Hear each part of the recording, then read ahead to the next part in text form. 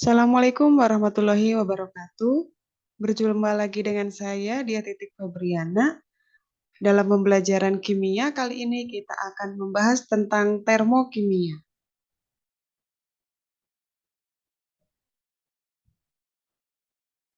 Sebelum masuk ke materi termokimia sendiri, kita mengingat dulu tentang energi. Apa itu energi? Energi sendiri merupakan kemampuan untuk melakukan kerja. Pada dasarnya bentuk energi terbagi atas dua kelompok, yaitu energi kinetik dan energi potensial. Untuk energi kinetik merupakan energi yang dimiliki oleh suatu benda yang bergerak. Hal ini berkaitan dengan gesekan atom, gerakan atom, dan molekul dalam suatu benda. Bentuk energinya sendiri disebut dengan kalor. Sedangkan energi potensial adalah energi yang dimiliki oleh suatu benda yang disebabkan oleh susunan komponennya serta gaya tarik atau tolak antar molekulnya. Misalnya, energi dalam ikatan kimia yang disebabkan oleh susunan atom dan gaya antar molekul penyusunnya. Macam-macam bentuk energi, yang pertama ada energi kimia, contohnya energi yang terdapat di dalam batu baterai. Yang kedua energi listrik, yaitu energi yang ada di dalam ini ya pembangkit listrik, saluran listrik, kemudian energi mekanik, energi yang biasanya berada pada mesin yang bergerak, kemudian energi radiasi berupa energi dari cahaya matahari. Energi nuklir adalah energi yang dihasilkan dari reaksi nuklir, contohnya pembangkit listrik tenaga nuklir. Dan energi panas, energi yang dihasilkan dari reaksi pembakaran, contohnya.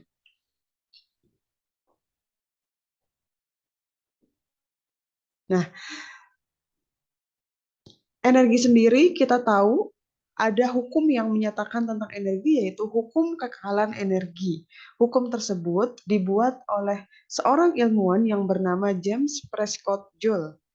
Hukum kekekalan energi berbunyi bahwa energi tidak bisa diciptakan dan dimusnahkan. Namun, energi hanya dapat diubah bentuknya dari satu jenis energi ke jenis energi yang lainnya.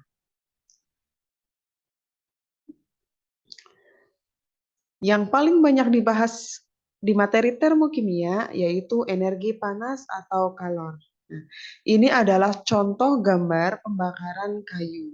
Nah, pernahkah kalian membakar kayu?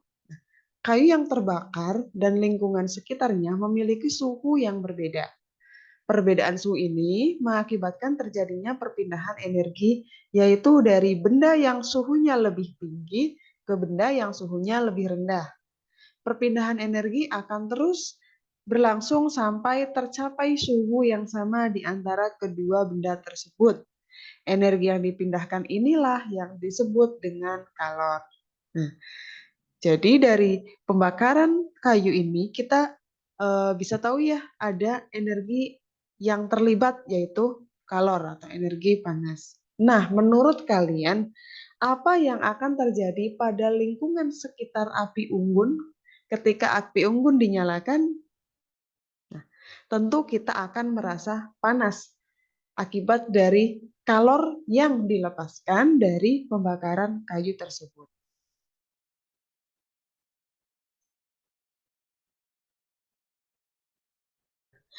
Untuk materi termokimia sendiri, termokimia berasal dari kata termo dan kimia, yaitu ilmu yang mempelajari tentang hubungan antara kalor atau energi panas dengan reaksi kimia atau proses yang berhubungan dengan reaksi kimia. Nah, di dalam termokimia kita mengenal dua istilah yaitu sistem dan lingkungan. Apabila digambarkan akan seperti ini contohnya. Misalkan ini sebuah lingkaran, di dalamnya merupakan sistem. Maka lingkungan itu berada di luar sistem. Di sekitar sistem adalah lingkungan. Nah, antara sistem dan lingkungan ada dua kemungkinan perpindahan energi dan ada kemungkinan perpindahan materi. Sistem sendiri adalah bagian tertentu dari alam yang menjadi perhatian kita. Untuk kimiawan, Sistem biasanya mencakup zat-zat yang terlibat dalam perubahan kimia dan fisika. Sedangkan sisa alam yang berada di luar sistem itu disebut dengan lingkungan. Nah, contohnya, kita mereaksikan antara larutan natrium hidroksida dengan asam klorida. Nah, di dalam tabung reaksi ini, isinya adalah kedua larutan tersebut, maka sistemnya adalah larutan NaOH dan HCl itu sendiri. Sedangkan lingkungannya yaitu tabung reaksi dan suhu udara di sekitarnya.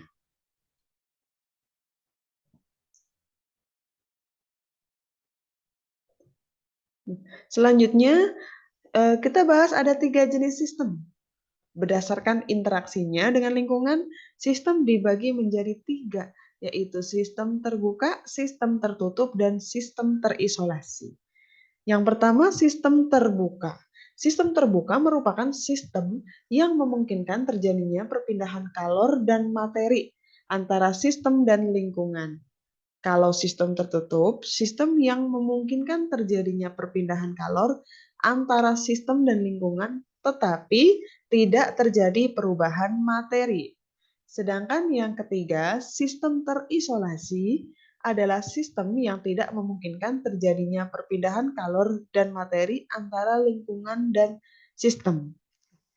Jika diibaratkan, contohnya seperti ini. Untuk sistem terbuka, contohnya mereaksikan larutan di dalam gelas beker yang terbuka. Kemudian, contoh yang sistem tertutup adalah mereaksikan larutan di dalam labu Erlenmeyer yang diberi tutup. Kemudian, contoh untuk sistem terisolasi adalah mereaksikan suatu larutan dalam sistem terisolasi, contohnya seperti termos.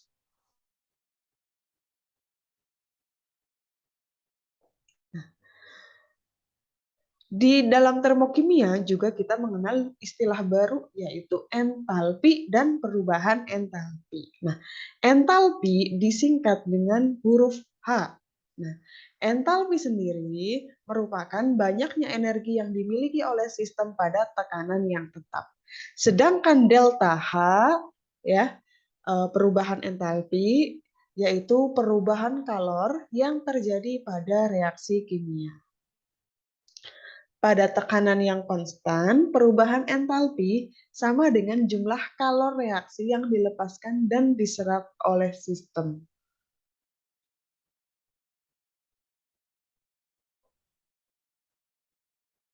Nah, kita akan belajar tentang reaksi eksoterm dan endoterm berdasarkan gambaran tadi tentang lingkungan dan sistem.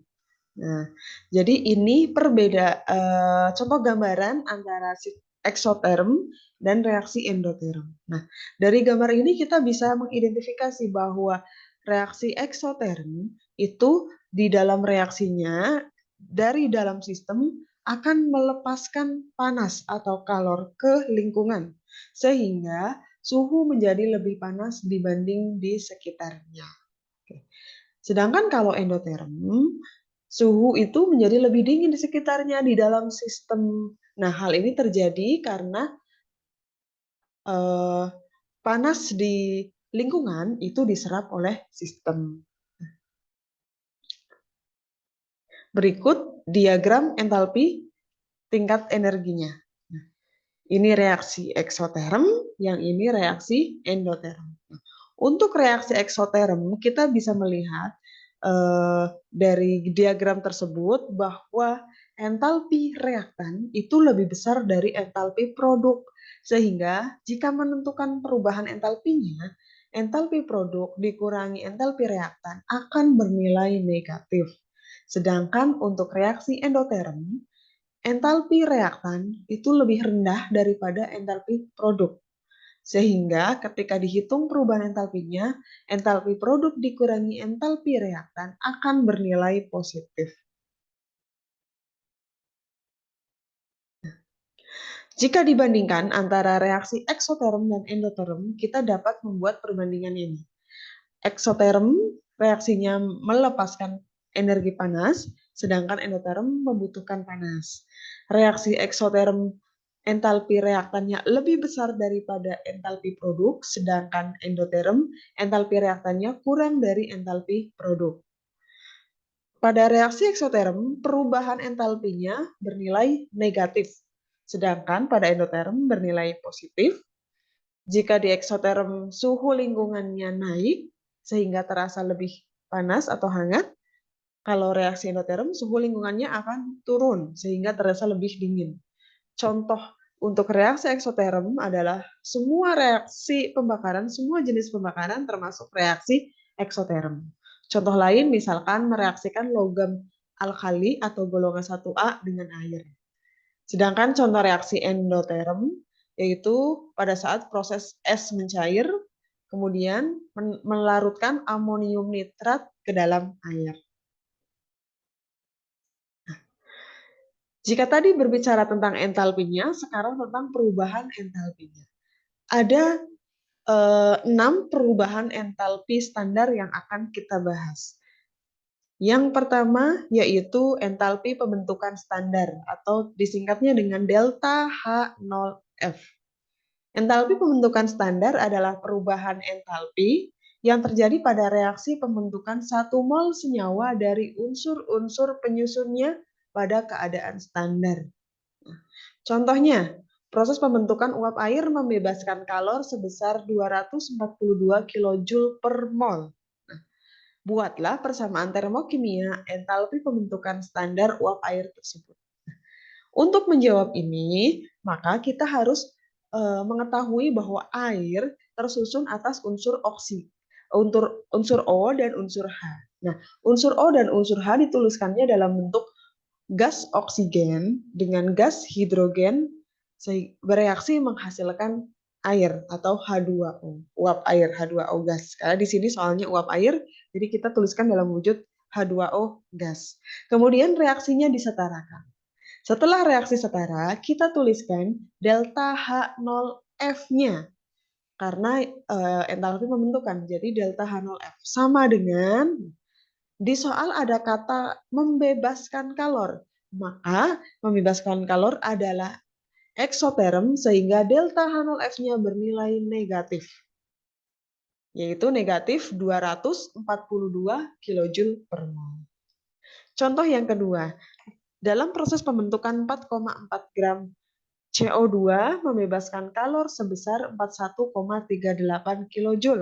Buatlah persamaan termokimia untuk entalpi pembentukan standar gas karbon dioksida tersebut.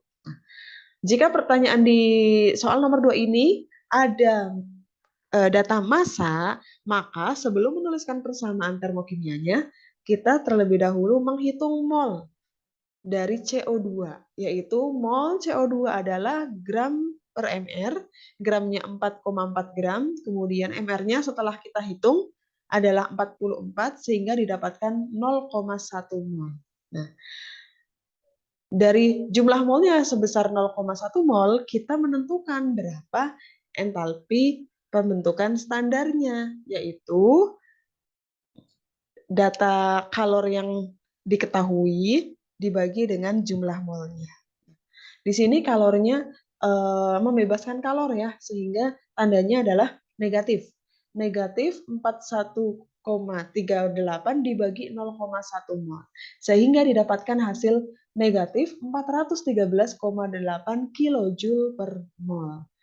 Kemudian kita tuliskan persamaan termokimia pembentukan CO2. CO2 dibentuk dari unsur oksigen dan karbon. Unsur oksigennya dituliskan dalam bentuk gas oksigen, kemudian bereaksi dengan padatan karbon, menghasilkan gas CO2, dan dituliskan delta H0F-nya sama seperti ini ya, negatif 413,8 kJ per mol. Yang kedua, ada entalpi penguraian standar atau delta H0D, karena penguraian disingkat dengan D ya, delta H0D. Entalpi penguraian standar adalah perubahan entalpi yang terjadi pada reaksi penguraian 1 mol senyawa menjadi unsur-unsur penyusunnya pada keadaan standar. Contohnya, Proses penguraian amonia memerlukan kalor sebesar 46 kJ per mol. Buatlah persamaan termokimia entalpi penguraian amonia tersebut. Nah, jika tadi pembentukan itu dimulai dari unsur yang bereaksi dengan unsur menghasilkan senyawa, maka di penguraian amonianya dalam bentuk gas ya, gas amonia terurai menjadi unsur penyusun menjadi unsur-unsurnya yaitu gas nitrogen dan gas hidrogen. Kemudian persamaan reaksinya kita setarakan dan ditulis delta H0D sama dengan di soal ada kata-kata memerlukan kalor, maka reaksinya endoterm sehingga delta H-nya bernilai positif 46 kJ per mol. Untuk soal nomor 2, pada proses penguraian 8,8 gram CO2 memerlukan kalor sebesar 8,276 kJ. Buatlah persamaan termokimia untuk entalpi penguraian standar gas karbon dioksida tersebut. Di sini juga terdapat massa ya. Kalau ada massanya, maka kita hitung dulu molnya. Yaitu massa dibagi MR-nya 8,8 gram, MR-nya 44, sehingga setelah dihitung dihasilkan 0,2 mol. Nah, kita menghitung entalpi penguraian standarnya, yaitu kalor yang diperlukan, ini kan memerlukan kalor sehingga tandanya positif ya. Positif 8,276 kJ dibagi 0,2 mol hasil perhitungan dari sini. Nah, sehingga didapatkan hasil positif ya 41,38 kJ per mol. Sehingga kita tuliskan persamaan termokimia penguraian standar gas karbon dioksida. Gas karbon dioksida akan terurainya menjadi gas oksigen dan karbon. Delta H0D-nya sama dengan positif 41,38 kJ per mol. Sekarang yang ketiga ada entalpi pembakaran standar atau delta H0C, yaitu perubahan entalpi yang terjadi pada reaksi pembakaran 1 mol senyawa dengan gas oksigen pada keadaan standar. Nah, di materi sebelumnya kita sudah tahu ya kalau pembakaran sempurna dari hidrokarbon pasti menghasilkan senyawa karbon dioksida dan H2O. Contoh dari reaksi pembakaran. 1. Proses pembakaran sempurna 1 mol gas asetilena atau C2H2 membebaskan kalor sebesar 1297,9 kJ per mol. Nah, buatlah persamaan termokimia entalpi pembakaran standar gas asetilena tersebut. Gas asetilena di sini kan dibakar. Jadi C2H2 gas akan bereaksi dengan gas oksigen. Karena reaksi pembakarannya ini kalau sempurna menghasilkan CO2 dan H2O, kita tulis di sini menghasilkan CO2 dan H2O. Kemudian kita setarakan persamaan reaksinya. Setelah setara, kita tuliskan delta H0C ya, karena pembakaran. Sama dengan, nah kita kembali ke soal, di sini ada kata membebaskan kalor, berarti eksoterm, maka tandanya negatif. Jadi delta H0C sama dengan negatif 1297,9 kJ per mol. Soal nomor 2. Dalam proses pembakaran 0,4 gram kalsium menjadi kalsium oksida membebaskan kalor sebesar 6,355 kJ. Buatlah persamaan termokimia untuk entalpi pembakaran logam kalsium tersebut. Nah, dari data massa yang diketahui, kita menghitung molnya 0,4 dibagi ARCA yaitu 40. 0,4 bagi 40 ketemu 0,01 mol. Kemudian kita menghitung delta H0C-nya, yaitu karena di sini proses pembakaran ya, proses pembakaran itu membebaskan kalor. Jadi delta H-nya negatif 6,355 dibagi dengan molnya 0,01 mol. Sehingga didapatkan hasil negatif 635,5 kJ per mol. Kemudian kita tuliskan persamaan termokimia dari pembakaran kalsium. Kalsium dibakar, yaitu kalsium solid, direaksikan dengan gas oksigen, menghasilkan kalsium oksida gas. Nah, delta HC-nya kita tulis negatif 635,5 kilojoule per mol. Nah, yang keempat ada entalpi pengatoman standar. Ya. Entalpi pengatoman standar merupakan perubahan entalpi pada pembentukan 1 mol atom unsur dalam fasa gas pada keadaan standar. Contohnya, pada pembentukan 1 mol atom karbon dalam fasa gas pada keadaan standar, diperlukan kalor sebesar 718,4 kilojoule. Maka, dari data yang ada, kita bisa tuliskan delta H0AT atau atomization sama dengan, karena di sini ada kata diperlukan, maka bernilai positif, endoterm. Positif 718 kilojoule per mol. Persamaan termokimianya kita tuliskan karbon solid ya akan mengalami mengalami atomisasi menjadi karbon gas, delta H-nya delta H0 AT sama dengan positif 718 kilojoule. Yang kelima, entalpi peleburan standar atau delta H0 fush dari kata fusion. Adalah perubahan entalpi pada peleburan 1 mol zat padat menjadi zat cair sesuai titik leburnya pada keadaan standar. Misalnya, untuk melebur 1 mol air berwujud padat atau es menjadi cair diperlukan kalor sebesar 6,01 kilojoule. Maka delta H0 fusionnya kita tuliskan positif 6,01 kilojoule per mol. Sehingga persamaan termokimianya H2OS ya solid menjadi H2O liquid atau cair, delta H0 fusionnya adalah positif 6,01 kilojoule. Yang keenam ada entalpi penguapan standar atau evaporation sehingga disingkatnya delta H0 vap. Adalah perubahan entalpi pada penguapan 1 mol zat cair menjadi gas sesuai titik didihnya pada keadaan standar. Misalnya untuk menguapkan 1 mol air yang berwujud cair diperlukan kalor sebesar 44 kilojoule. Maka delta H0 vaporasinya adalah positif ya karena diperlukan kalor positif 44 kilojoule per mol. Persamaan termokimianya yaitu H2O cair atau H2O liquid ya akan menguap menjadi H2O gas atau uap air. Delta H0 evaporation-nya adalah positif 44 kilojoule. Dan yang terakhir yaitu entalpi penetralan standar atau delta H0N. N-nya adalah dari kata neutralization. Adalah perubahan entalpi pada penetralan asam atau basa yang menghasilkan 1 mol air pada keadaan standar. Nah, jadi di sini yang kita lihat adalah air yang dihasilkannya. Misalkan pada penetralan asam klorida oleh basa NaOH yang menghasilkan 1 mol air, dibebaskan kalor sebesar 13,7 kilokalori. Nah, untuk soal ini kita menggunakan satuan kilokalori.